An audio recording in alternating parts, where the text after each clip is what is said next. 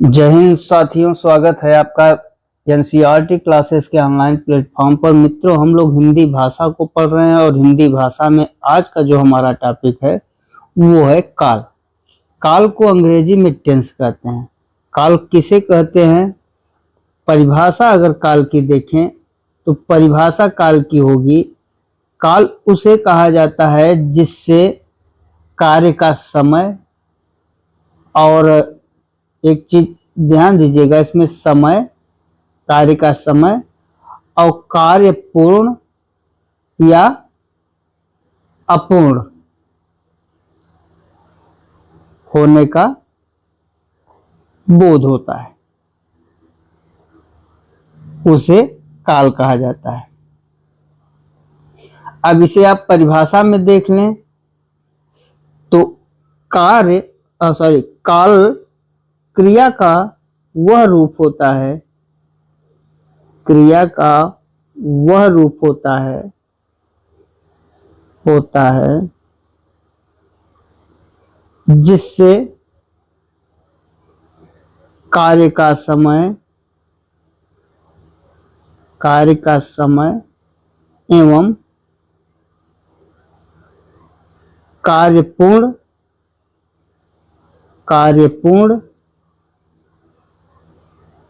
अथवा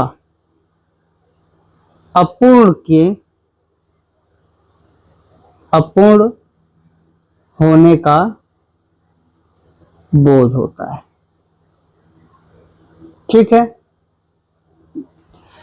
काल उसे कहा जाता है या काल क्रिया का वह रूप है जिससे कि कार्य का समय एवं कार्य पूर्ण अथवा अपूर्ण होने का बोध होता है। यहां तक समझ गए? काल जो है 3 प्रकार के होते हैं। काल कितने प्रकार के होते हैं? 3। कौन कौन से? वर्तमान काल, भूतकाल और तीसरा प्रकार है भविष्य काल। ठीक। पहला वर्तमान काल, दूसरा भूतकाल और तीसरा भविष्य काल। अब वर्तमान काल किसे कहेंगे, भूतकाल किसे कहेंगे, भविष्य काल किसे कहेंगे? तो चलिए हम लोग एक एक करके शुरू करते हैं। वर्तमान काल किसे कहा जाएगा? वर्तमान काल उसे कहा जाता है जब कार्य जो है तो वर्तमान में चल रहा हो, वर्तमान में चल रहा हो, वर्तमान में कार्य हो रहा हो। ठीक है। भूतकाल उसे कहेंगे जो कार्य हो चुका हो, कार्य हो चुका हो। और भविष्य काल किसे कहेंगे? कार्य होने वाला हो, अर्थात होगा, ये कंडीशन है। तो वर्तमान, भूत और भविष्य। अब वर्तमान काल कितने प्रकार के होते हैं? तो वर्तमान काल 5 प्रकार के होते हैं, भूतकाल 6 प्रकार के होते हैं, भविष्य काल 3 प्रकार के होते हैं। ठीक। चलिए वर्तमान काल को देखते हैं। वर्तमान काल कितने प्रकार के? 5 प्रकार। कौन कौन से? एक एक करके लिख डाले। पहला है सामान्य वर्तमान, सामान्य वर्तमान। दूसरा तात्कालिक वर्तमान, तात्कालिक वर्तमान। तीसरा पूर्ण वर्तमान, पूर्ण वर्तमान। चौथा संदिग्ध वर्तमान, संदिग्ध वर्तमान।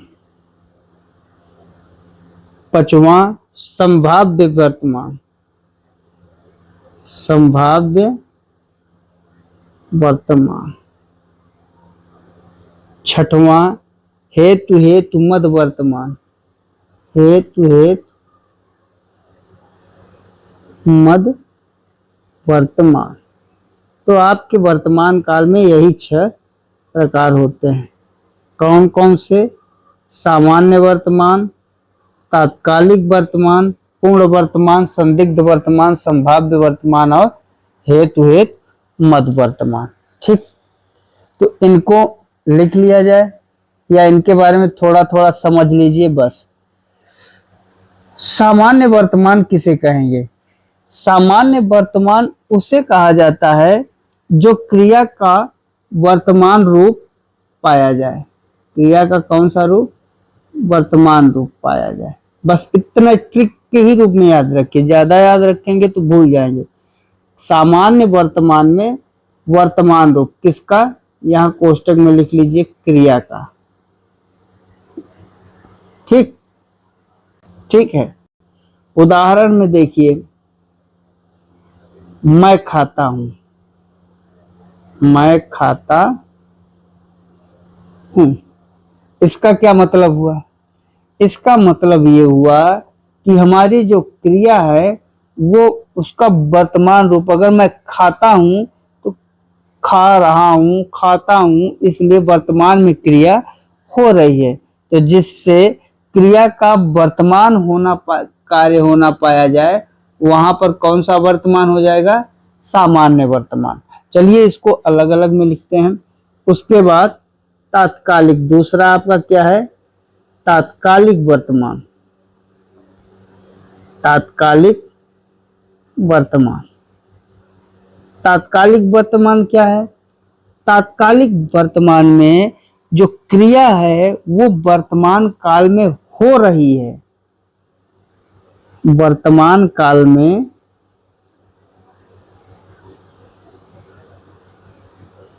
हो रही है, हो रही है। यहां कोष्टक में लिख दीजिए क्रिया, क्रिया वर्तमान काल में हो रही है। जैसे उदाहरण देखते जाइए, मैं गा रहा हूं, मैं गा रहा हूं।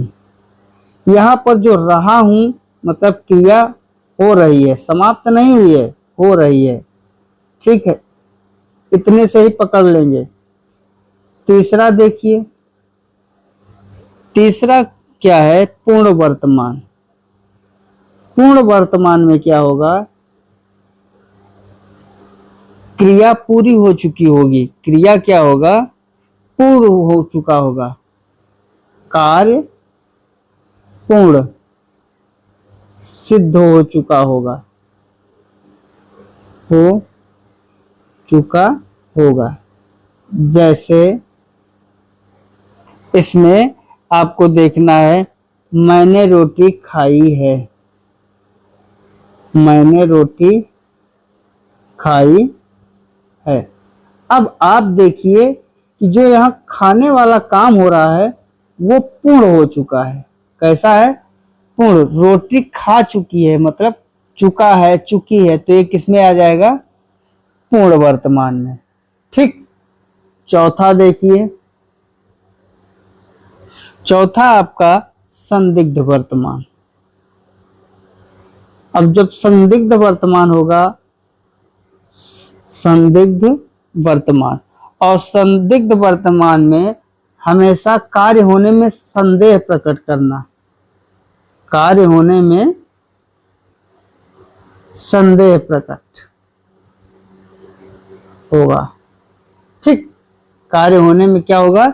संदेह प्रकट होगा, पर वर्तमान का संदेह नहीं होगा। वर्तमान में संदेह नहीं होगा, वर्तमान में इसको नोट करके लिख लीजिए।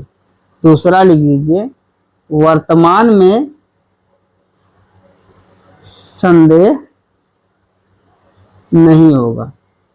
कार्य होने में संदेह होगा, कार्य पूरा होने में संदेह हो प्रकट होगा, लेकिन वर्तमान में होगा इसमें कोई संदेह नहीं है। जैसे जैसे लिख लीजिए, रामू खेलता होगा, रामू खेलता होगा। अब आप खुद देख रहे हैं कि खेलता होगा, ये जो खेलता होगा, अब इसमें क्या हो रहा है आपको खुद समझ में आ रहा होगा कि संदेह प्रकट हो रहा है, क्या पता खेल चुका हो। लेकिन ये जो क्रिया है, क्रिया ये स्पष्ट कर रही है कि वर्तमान में ही है। इसमें है वर्तमान में, तो रामू खेलता होगा से संदेह तो प्रकट हो रहा है, और जो हमारी क्रिया है इससे स्पष्ट हो रहा है कि कार्य वर्तमान में ही हो रहा है। क्या पता रामू खेल ना रहा हो, खेल चुका हो, लेकिन वर्तमान का तो स्पष्टीकरण क्रिया कर रही है, लेकिन खेलने में उसके क्या है, संदेह प्रकट है। तो यहाँ कौन सा हो गया, संदिग्ध वर्तमान हो गया। ठीक, पांचवा देखिए, पांचवा आपका है संभाव्य वर्तमान। संभाव्य वर्तमान, इसमें क्या है, संभाव्य वर्तमान में संदेह प्रकट होगा और संभाव्य वर्तमान में पूरा होने की संभावना प्रकट होगी। इसमें क्या होगा, संभावना प्रकट होगी। ठीक, उदाहरण देखिए, उदाहरण से अच्छे समझ में आएंगे। वह आया हो, अब आप बाहर हो और ये सोचिए कि कोई व्यक्ति आने वाला हो आपके यहाँ, तो वह आया हो, कार्य किसमें हो रहा है, वर्तमान में, लेकिन इसमें संभावना है, क्या पता ना आया हो, संभावना प्रकट हो रही है ना। तो यही है संभाव्य वर्तमान। और छठवां आपका है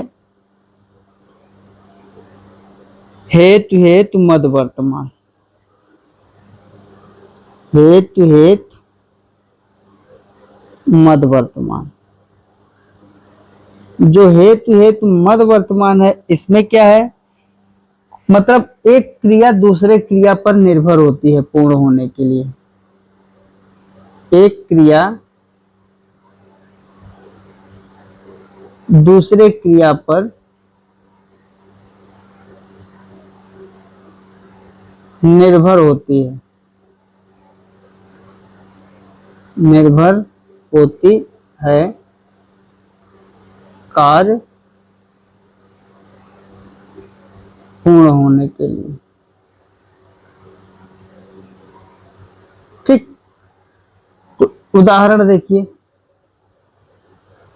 इसका जो उदाहरण है, उदाहरण है, लिखिए, फाटक बंद कर दो,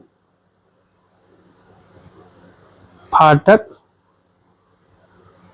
बंद कर दो। यदि वह चला गया हो तो, या ऐसे लिखिए तब इसको समझ पाएंगे। यदि वह चला गया हो तो फाटक बंद कर दो। यदि वह चला गया हो तो फाटक बंद कर दो। अब आप देखिए, ये जो फाटक का बंद होना है, अगर वह चला गया है तो फाटक बंद कर दो, अर्थात ये जो बंद करने वाली क्रिया है और वो जो चला गया है, ये क्रिया, ये निर्भर किस पर है, बंद होने पर। एक ये क्रिया है और दूसरी ये क्रिया, तो जो ये क्रिया है ये निर्भर है इस क्रिया पर कि जब ये क्रिया पूर्ण होगी, ये वाली क्रिया जब पूर्ण होगी तब ये भी क्रिया पूर्ण होने दो। ठीक, तो इसमें एक क्रिया दूसरे क्रिया का क्या कर रहा है, इंतजार एक तरीके से कह सकते हैं। वेट। तो इसमें कंडीशन क्या होती है? इंतजार की, निर्भरता की। ये जो है अगर पूरा हो जाएगा तभी ये पूर्ण होगा। तो एक दूसरे पर क्या है? निर्भर है। यदि वह चला गया हो तो फाटक बंद कर दो। तो फाटक बंद होने वाला काम किस पर निर्भर है? उसके जाने पर। अगर वो गया ही नहीं होगा तो कहां से होगा? जब वो निर्भर है ना, चला गया हो, जब चला जाएगा तो फाटक बंद कर देना। तो ये जो क्रिया है बंद करना, ये किस पर निर्भर है? उसके जाने पर निर्भर है। जब ये पूर्ण हो जाएगा तब ये भी पूर्ण होने की कंडीशन रहेगी। तो इसमें एक क्रिया दूसरे पर निर्भरता है, ठीक, निर्भर। तो इस तरीके से वर्तमान काल के 6 प्रकार हो गए। इनको देखिए, आपको याद कैसे करना है? याद करने के लिए कुछ करना नहीं है, पीछे चलें। यहां पर देखिए, इसको थोड़ा सा बैक करिए। वर्तमान काल के यही 6 रूप हैं, ठीक। और इन 6 रूपों को आपने देख लिया परिभाषा सहित। जो ये वर्तमान है, सामान्य वर्तमान है, इस सामान्य वर्तमान में क्या है? हमेशा देखेंगे ता, ता है, ती है और ते है, यही आएंगे। अंतिम में क्रिया के साथ क्या आएगा? ता है, ती है, ते है, ठीक। तात्कालिक वर्तमान में रहा है, रही है, रहे हैं, ठीक, इनको आना है। जो पूर्ण वर्तमान होगा उसमें चुका है, चुकी है, चुके हैं, या फिर इनका मतलब अर्थ निकल रहा होगा ऐसा। जो डाउटफुल है, संदिग्ध वर्तमान है, संदिग्ध वर्तमान में ता होगा, ती होगी, ठीक, ऐसा आएगा। जो संभाव्य वर्तमान है, संभावना प्रकट की जा रही है, इसमें ता हो, ती हो, ते हो, ये लास्ट में जरूर आएगा। और हेतु हेतु मद वर्तमान में इसमें क्या आएगा? हेतु हेतु मद वाले में इसमें हमेशा आप जानिए कि एक क्रिया दूसरे क्रिया पर निर्भर, एक क्रिया दूसरे क्रिया पर निर्भर, ठीक। तो इस तरीके से आपको 6 वर्तमान काल के 6 रूप का कंडीशन याद करना है। सामान्य वर्तमान में ता है, ती है, ते है। तात्कालिक वर्तमान में रहा है, रही है, रहे हैं। पूर्ण वर्तमान में चुका है, चुकी है, चुके हैं। संदिग्ध वर्तमान में ता होगा, संदेह प्रकट हो रहा है ना, तो ता होगा, ती होगी। संभाव में संभावना है, तो इसलिए ता हो, ती हो, ते हो। और हेतु हेतु मद में एक क्रिया दूसरे क्रिया पर निर्भर रहेगी। जैसे वह चला गया तो फाटक बंद कर दो। अब जो फाटक बंद करने वाला काम है उसके जाने पर निर्भर है ना, ठीक। तो इस तरीके से आपका वर्तमान काल का ये रूप चलते हैं। चलिए अब आइए भूतकाल पर। किस पर? भूतकाल पर। भूतकाल का मतलब क्या हुआ? भूतकाल का मतलब हुआ कार्य का पूर्ण होना, मतलब पिछले कंडीशन में पूरा हो गया। भूतकाल कार्य क्रिया की समाप्ति को बताता है। क्या बताता है? समाप्ति। जो कार्य आपका है उस कार्य का समाप्त होना क्या कहलाता है? भूतकाल, ठीक। ऐसा जिससे कार्य समाप्ति होने का बोध हो उसे भूतकाल कहते हैं। या क्रिया की समाप्ति का बोध हो उसे भूतकाल कहा जाता है। ठीक। भूतकाल के प्रकार, भूतकाल के भेद। अब जैसे वह गया था, ये किस में जाएगा? वह गया था। अब देखिए, जाने वाला कार्य समाप्त हो चुका है, वो जा चुका था। ठीक। तो भूतकाल के टोटल कितने भेद हैं? 6 भेद हैं। कौन कौन से? एक एक करके हम लोग नोट। पहला, सामान्य भूतकाल। सामान्य भूतकाल। दूसरा, आसन्न भूतकाल।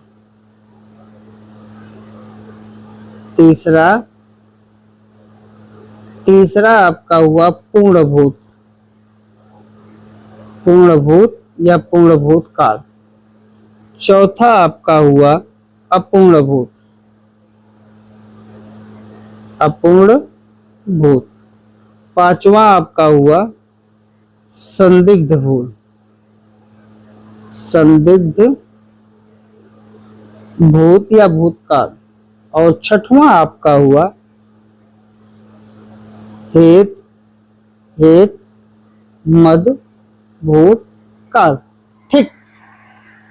जो आसन्न भूतकाल है, आसन्न भूतकाल जो है मतलब जो क्रिया है, क्रिया के तात्कालिक रूप को, मतलब जैसे क्रिया कोई पूरी हुई हो और तुरंत तुरंत जो है उसकी जानकारी दे देता है, उसे आसन्न भूतकाल कहते हैं। चलिए पहले हम एक एक करके देखते हैं सामान्य भूतकाल।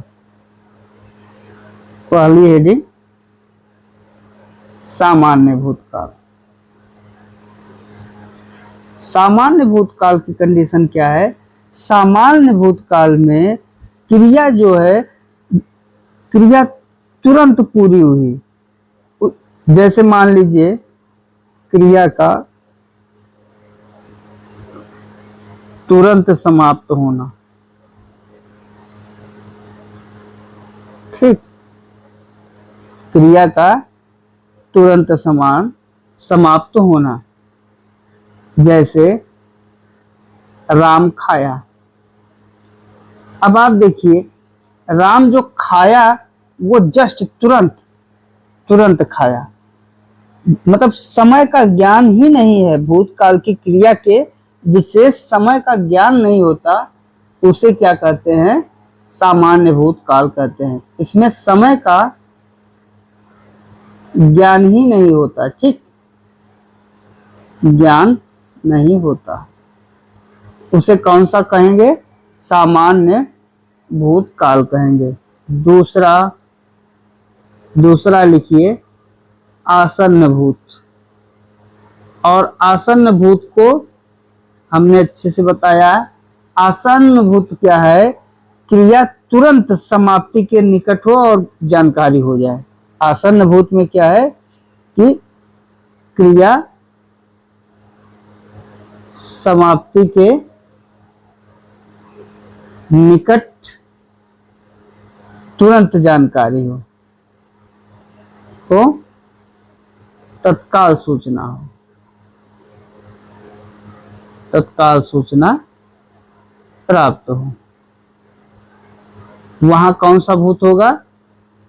प्राप्त हो, आसन्न भूत होगा। ठीक। उदाहरण देखिए आसन्न भूत का। उसने पूजा की है, उसने पूजा की है। अब देखिए, पूजा हो चुकी है लेकिन तुरंत हुई है, तो कौन सा भूत हो जाएगा? कौन सा भूत होगा? आसन्न भूत। ठीक। तीसरा देखिए पूर्ण भूत। पूर्ण भूत में क्या है?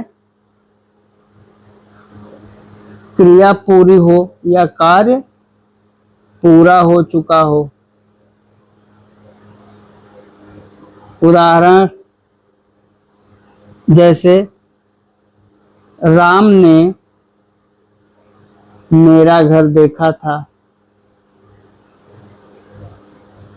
देखा था। अब जो घर देखने वाला कार्य है पूर्ण हो चुका है, कौन सा भूत हो जाएगा? पूर्ण भूत। अगला अपूर्ण भूत।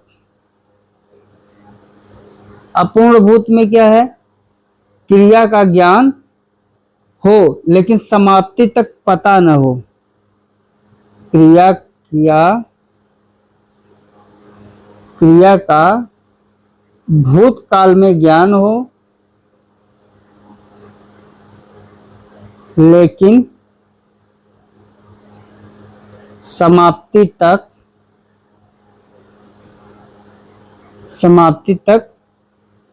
पता नहीं चले, पता न हो।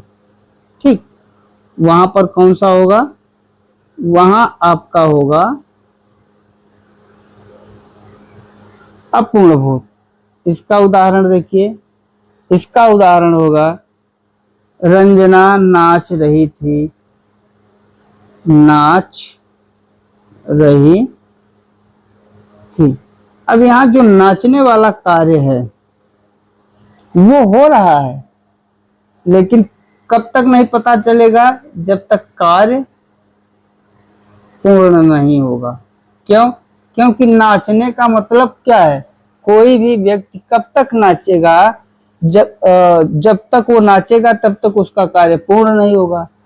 और जैसे ही अब नाचना कंडीशन क्या है कि ये जैसे नाच रही हैं तो अब नाचने का ये नहीं है कि अब इनका कार्य पूर्ण हो जाएगा, जब वो रुक गई तभी कार्य पूरा हो गया। तो इनका जो क्रिया है वो भूतकाल में हो रही है, इसका तो ज्ञान हो रहा लेकिन समाप्ति तक पता नहीं चलेगा कि ये कार्य कब पूरा होगा। इसे ही क्या कहते हैं? अपूर्ण भूत। भाई जिसे हमने नाचने का स्टेप शुरू किया, अब मेरा कार्य तो हो रहा है लेकिन मैं तुरंत रुक जाऊं, मेरा कार्य पूरा हो गया, तब मुझे पता चला कि वो नाच रही थी या मैं नाच रहा था। लेकिन क्या पता है कि मैं 15 मिनट नाचूं, 10 मिनट नाचूं, आधा घंटा नाचूं? तो जैसे मेरा कार्य पूरा होगा तभी हमको जानकारी होगी, जिसमें भूतकाल में का ज्ञान तो हो लेकिन समाप्ति तक पता न चले कि ये कब होगा, कैसे होगा। वहां पर कौन सा हो जाएगा? अपूर्ण भूत होगा। ठीक, अगला पांचवा संदिग्ध भूत। और संदिग्ध भूत में क्या है? संदेह। किसका बोध होगा? संदेह का बोध।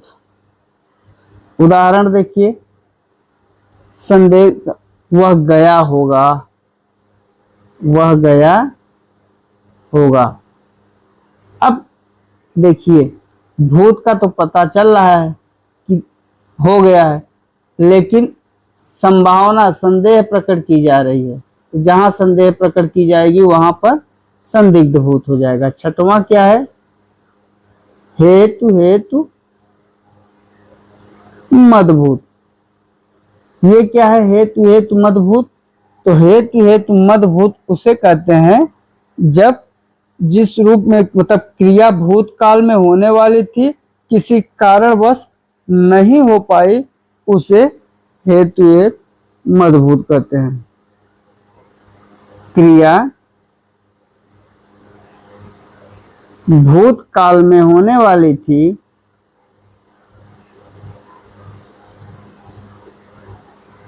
परंतु किसी कारणवश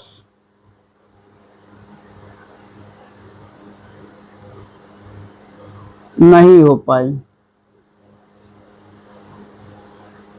ठीक, तो जब किसी कारणवश नहीं हो पाई उसे क्या कहते हैं? हेतु हेतु मदभूत कहते हैं। इसका उदाहरण देखिए, ये खेलते,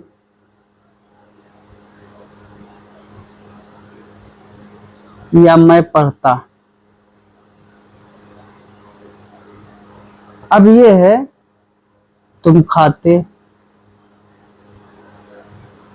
यहां पर देखिए कि ये सारी क्रिया होने वाली थी लेकिन किसी कारणवश नहीं हो पा रही हैं, तो ये कौन सा हो जाएगा? हेतु हेतु हेतु हेतु मदभूत। ठीक है, अब इनको समझिए। इनको हम लोग ट्रिक के माध्यम से समझते हैं। पीछे चलिए, इनके प्रकार को देखिए। यहां पर ट्रिक चलिए देखिए। पहला है सामान्य भूत, और सामान्य भूत में गया गई गए यही आएंगे। गया गई गए। ठीक, ये बिंदी नहीं, तो ध्यान दीजिएगा। आसन्न भूत होगा तब क्या कंडीशन होगी? आसन्न भूत में हमेशा ध्यान दीजिएगा, गया है, गई हैं,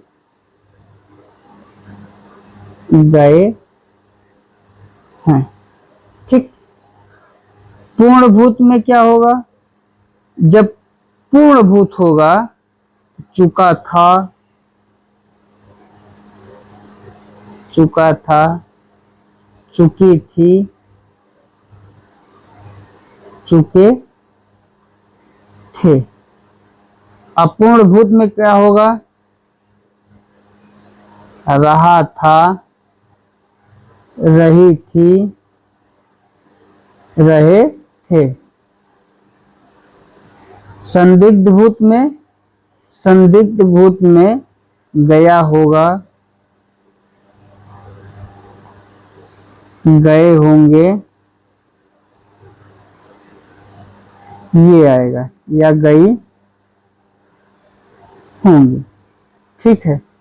और हेतु हेतु मदभूत में जो हमने कंडीशन बताया, क्रिया का एक क्रिया जो है, क्रिया भूतकाल में होने वाली थी, क्रिया भूतकाल में होने वाली थी परंतु हो न सकी। ठीक है, तो ये आपके 6 भूतकाल के 6 प्रकार हो गए। पूरा परिभाषा, बेसिक और ट्रिकी दोनों हो गया। अगला देखिए, अगला आपका है भविष्य काल। ठीक, तो अगली हेडिंग डालिए, भविष्य काल। भविष्य काल किसे कहेंगे? भविष्य काल होने वाली क्रिया का बोध कराता है। होने वाली क्रिया या कार्य, क्रिया या कार्य का बोध कराता है। ठीक। कितने प्रकार के भविष्य काल के कितने भेद? भविष्य काल के 3 भेद। के भेद कितने हैं? 3। कौन कौन से? पहला है सामान्य भविष्य, सामान्य भविष्य। दूसरा संभाव्य भविष्य, संभाव्य भविष्य। और तीसरा क्या होगा? हेतु हेतु मद भविष्य। ठीक, यही 3 प्रकार के भविष्य काल हैं। अब आइए एक एक को पहले बेसिक जाने। जो सामान्य भविष्य है,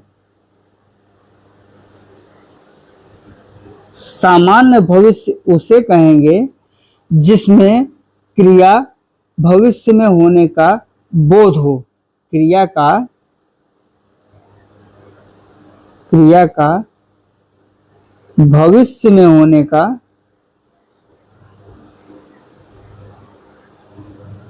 का बोध।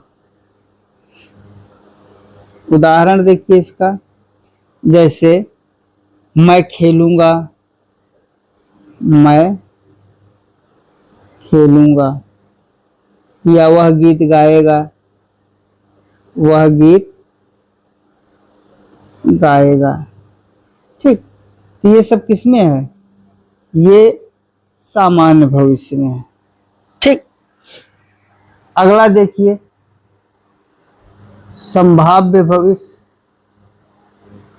और संभाव्य भविष्य में क्या होगा? क्रिया के पूर्ण होने में संभावना बोध होगा। क्रिया के भविष्य में होने पर या होने की संभावना प्रकट होगी। ठीक, भविष्य में होने की संभावना प्रकट होगी। इसका जो उदाहरण है देखिए,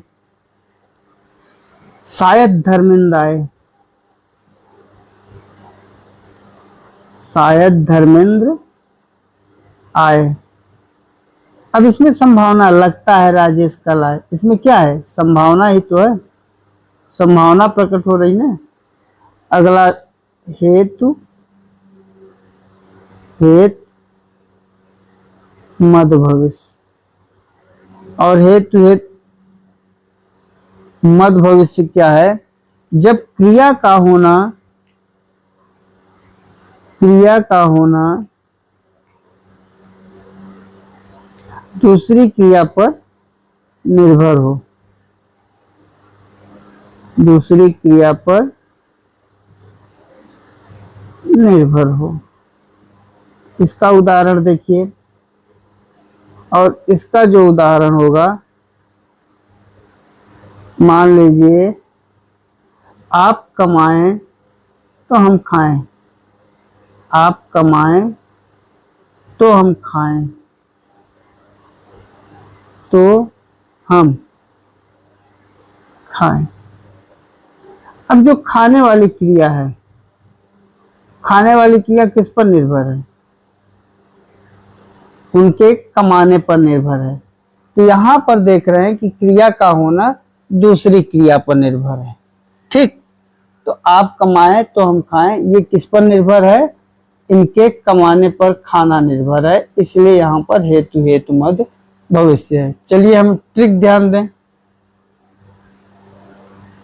यहां पर देखिए ट्रिक, तो अगर सामान्य भूत है तो सामान्य भूत में गा, गे, गी, ये जरूर आएंगे। सामान्य भूत में गा, गे, गी, ये कंडीशन होगी। असंभावना भूत में क्या होगा? संभावना जो भूत रहेगा उसमें शायद, लगता है, संदेहवाची शब्द, संदेहवाची या संभावनावाची, यहां पर संभावनावाची लिख लें। संभावनावाची शब्द जरूर आएंगे। संभावना वाची शब्द, ठीक है, जरूर आना। और हेतु मद में पहली क्रिया